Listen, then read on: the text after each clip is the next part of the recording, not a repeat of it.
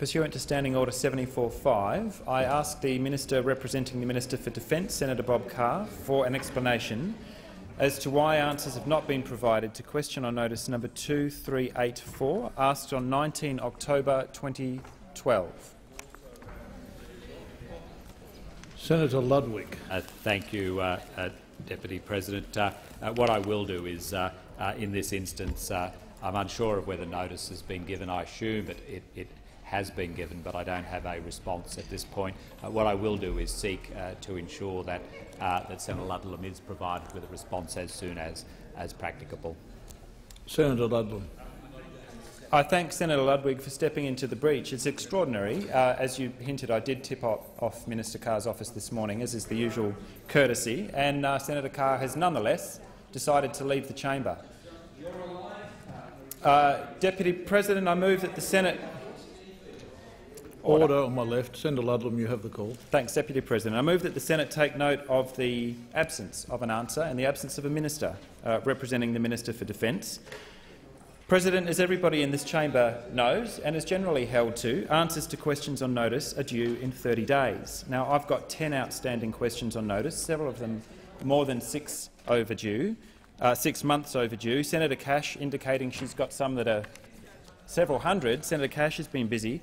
It's become something of a repetitive pattern, I think, to see this kind of neglect and prolonged neglect of perfectly legitimate questions put through the chamber by senators on all sides. Question 2384 was asked on the 19th of October, and I should therefore have received an answer in late November. A couple of days you can forgive. I'm also aware that it's the holiday season, that public servants as well as the rest of us need to take a break. However, I'm extremely impatient for an answer to this question because it pertains to events that are imminent, that are in fact occurring on the 2nd and 3rd of March in Oslo in Norway. What the question relates to is whether or not the Australian government would be participating in a conference held by the government of Norway about the humanitarian consequences of nuclear weapons and their use, not their threat of use, but their actual use. I think it is important for Australia to participate in this conference, and I hope that somewhere in this building somebody is giving some consideration to an answer to the question. I also hope that we are participating and that we're intending to participate constructively, and that Australia won't simply turn up in an attempt to sabotage any moves that might be made to bring forward an international agreement to ban these weapons. Australia has played an important role as a middle power, an important diplomatic and political role in past times, starting with the Canberra Commission, more recently with then Prime Minister Rudd's joint commission with the government of Japan, to explore ways to bring the permanent nuclear weapon states together around the table, those states remaining outside international non-proliferation treaty instruments to the table, and other states that may be considering or contemplating the use of nuclear weapons, which I should say is a tiny handful of nation-states relative to the number of those states around the world that in fact want these weapons phased out, and that in every country in which polling has been undertaken, whether they be a democracy or not, the vast majority of the citizenry, including here in Australia, want these weapons phased out. They have no strategic military utility, and they exist, in a sense, in a kind of limbo where they simply cannot be used. And some instinct of self-preservation has kept the finger off the trigger through the years of the Cold War and out the other side into the 21st century. But if we imagine that tens of thousands of these weapons, many of them hundreds or indeed thousands of times more powerful than the bombs that flattened Hiroshima and Nagasaki, if we imagine that in perpetuity we can maintain stockpiles of these hideous devices forever, and that they will never be used by accident, misadventure or by design, then we are in fact delusional.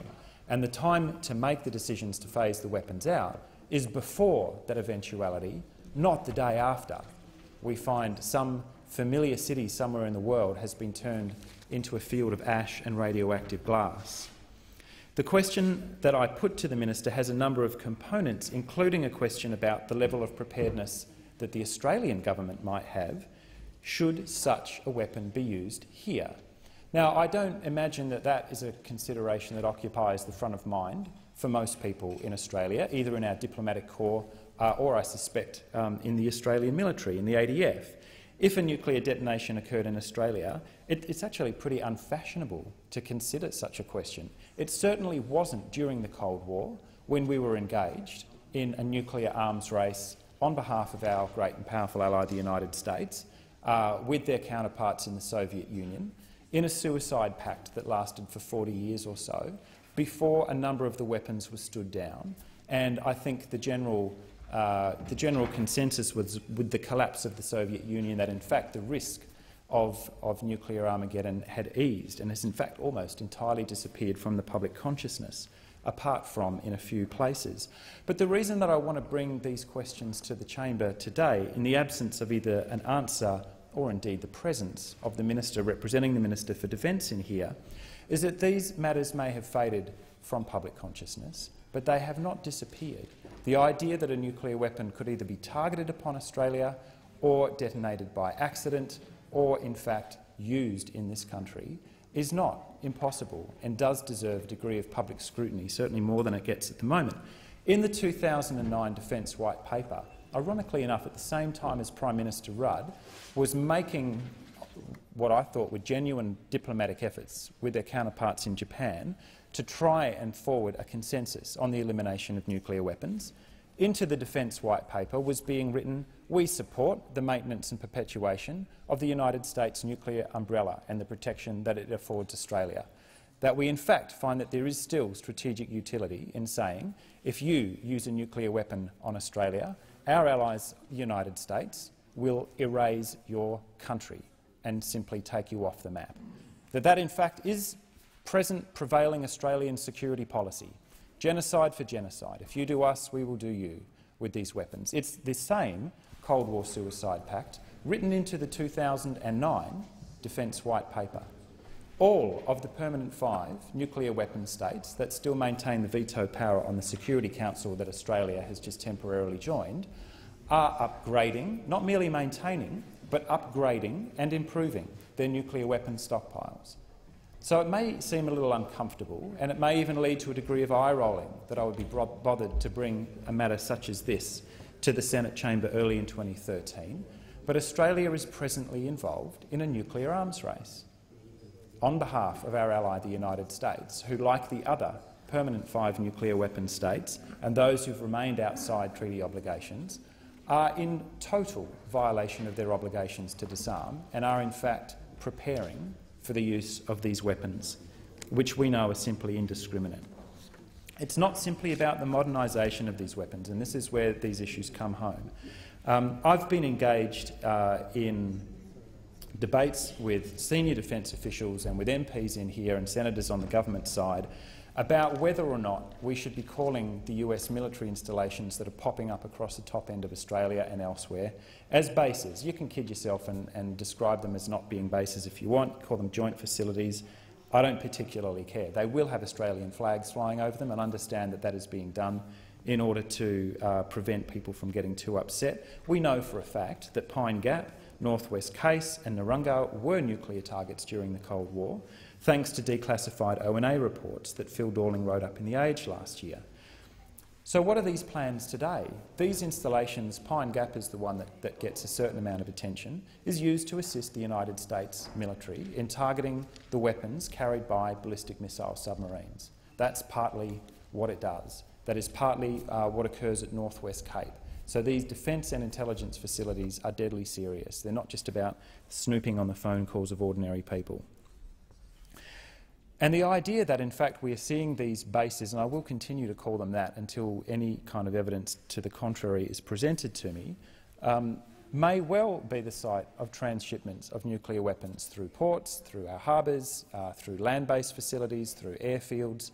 Whether we imagine that US bombers on their way around the world from bases elsewhere, if they knew that they were going to need to stop in at Darwin or spend 6 months at Tyndall, would leave these devices at home, and in the event that they needed to be used, would quickly scoot back to Hawaii or Guam and pick them up, is absolutely inconceivable. We know that that is not the case, and I have no confidence at all that these weapons will be left at home, that in fact we may be opening the door to stockpiling or transit of nuclear weapons through Australian ports and on Australian soil. So, which of our hospitals are trained and ready for a nuclear detonation in Australia, if any? Is there any degree of preparedness? And I'll just quickly traverse the tenor of the questions that I've put to the Minister of Defence through his representative in here, Senator Carr. Which of our emergency services are trained and ready? Which of our hospitals are trained and ready? One of the questions goes to how many burn beds that we have. These are considerations that Australian defence and civil emergency institutions had to contend with during the Cold War. I suspect this has all been forgotten since then. What training and readiness does our military and our other first responders have in place for the possibility? Where do we think might be the targets today? Would they be the same as those in the Cold War, or would they be different in a world emphasising, of course, including our own policies, the tension between the governments of the United States and China? What contingencies are in place for agricultural lands and for food production? The impact of one nuclear weapon being detonated is simply unimaginable, given that those that exist today are thousands of times more powerful than the ones that destroyed those two cities in Japan in 1945. I'm not sure that there is any way to be properly prepared for a nuclear attack, but it would be interesting to know whether any of this thinking is occurring at all, or whether we simply are prepared to believe in a form of institutional denial that we can buy into the United States nuclear weapons umbrella and nod our heads at the idea that the nuclear weapon states will never disarm and that these weapons are with us forever, and on the other hand continue in total oblivion to the consequences of their continued existence and their use. The idea that there are in fact 22,000 of these weapons in existence right now, with up to 5,000 of them poised on hair-trigger alert, the so-called launch-on warning. If you believe, and you might only have 15 or 20 minutes to make this judgment call, as occurred during the Cold War, that you are under a nuclear attack by aircraft or by a ballistic missile, you have minutes in which to decide whether or not to launch a counterattack. Because if you don't, and that attack is real, you will then miss the opportunity to incinerate the country of your opposition. The so-called launch-on warning, 5,000 of these weapons on hair-trigger alert today, including in our region. The International Committee of the Red Cross, the preeminent promoter and protector of humanitarian law, adopted a resolution in 2011 that emphasises the incalculable human suffering that could be expected to result from any use of nuclear weapons here in Australia, in our region or anywhere in the world, and the lack of any adequate humanitarian response capacity. And I have also asked about the situation in South Asia, that between Pakistan and India, the place where many military and political analysts think the most dangerous nuclear standoff in the world today is occurring. And my question being, what are the likely effects of a regional nuclear exchange in South Asia on, for example, agricultural production in Australia and in that region, water quality, the extraordinary flood of refugees, many of them contaminated, burned, leaving the region would be. This is not a far-fetched conspiracy theory. India and Pakistan are in a nuclear arms race, and that is why the United Nations Security Council adopted Resolution 1172 on June 6, 1998, after both India and Pakistan had tested nuclear weapons. That UNSC resolution encouraged all states to prevent the export of equipment, materials or technology that could in any way assist programs in India or in Pakistan for nuclear weapons. So why is Australia, at the same time as we are taking a temporary seat on the UNSC, proposing to do just that? I've quoted probably more than once in this chamber K. Subramaniam, the former head of the National Security Advisory Board in India, who said this in 2005. Given India's uranium ore crunch and the need to build up our nuclear deterrent arsenal as fast as possible, it is to India's advantage to categorise as many power reactors as possible as civilian ones, to be refuelled by imported uranium, and conserve our native uranium fuel for weapons-grade plutonium production. That is what we are walking into in Australia with a blindfold on. We are assisting the government of India to expand and enlarge and modernise its nuclear weapons arsenal to continue its nuclear arms race with the government of Pakistan. Recently, police in Indian Kashmir have warned their constituents to build underground bunkers in case there is a nuclear exchange. This notice was issued by the State Disaster Response Force in papers headed Protection Against Nuclear, Biological and Chemical Weapons. It's duck and cover stuff from out of the 1950s in the United States. Reads very similarly. Some of the advice is very similar. The shock wave, it tells citizens to wait for the winds to die down, for debris to stop falling, warns about initial orientation from being under a nuclear detonation, tells people to run towards the blast so that they're not wiped out by their tumbling vehicle. This sort of advice. It'll come in very, very helpful.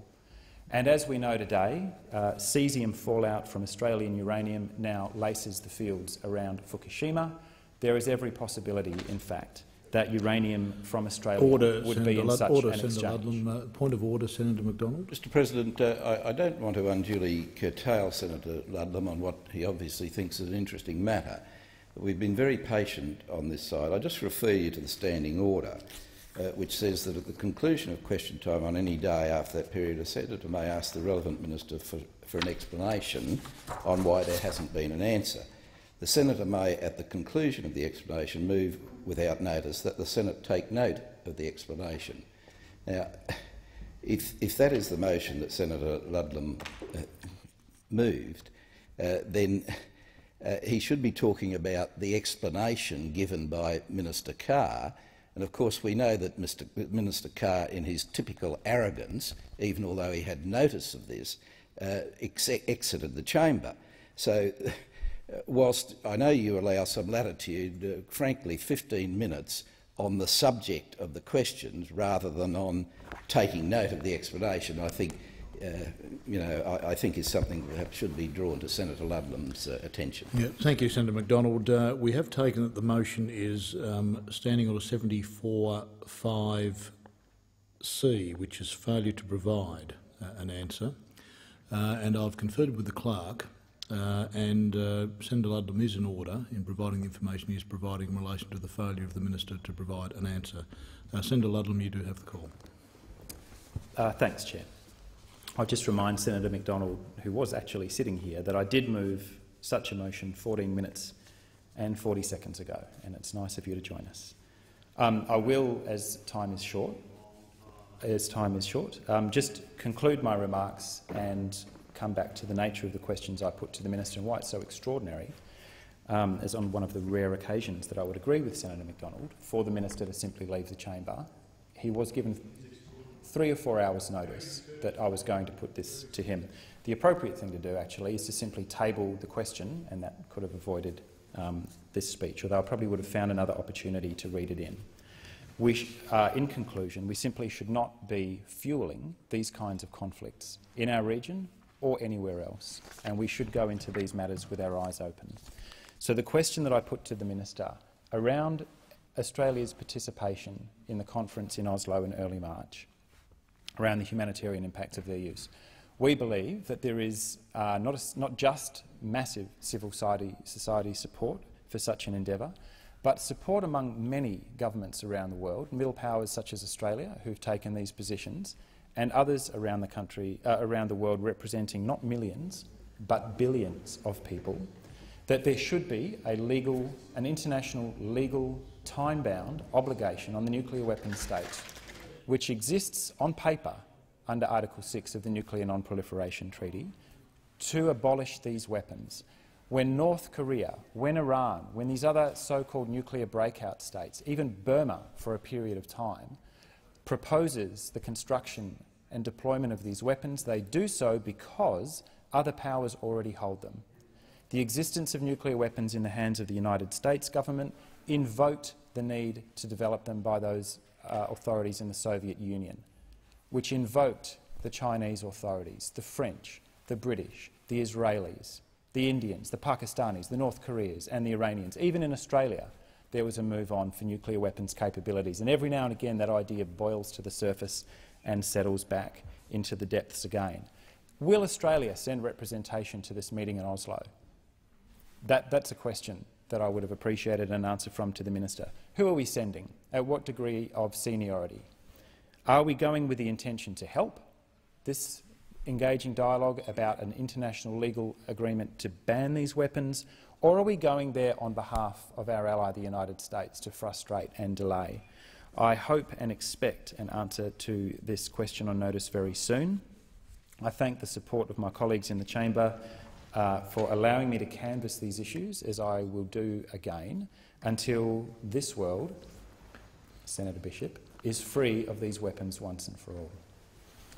Thank you.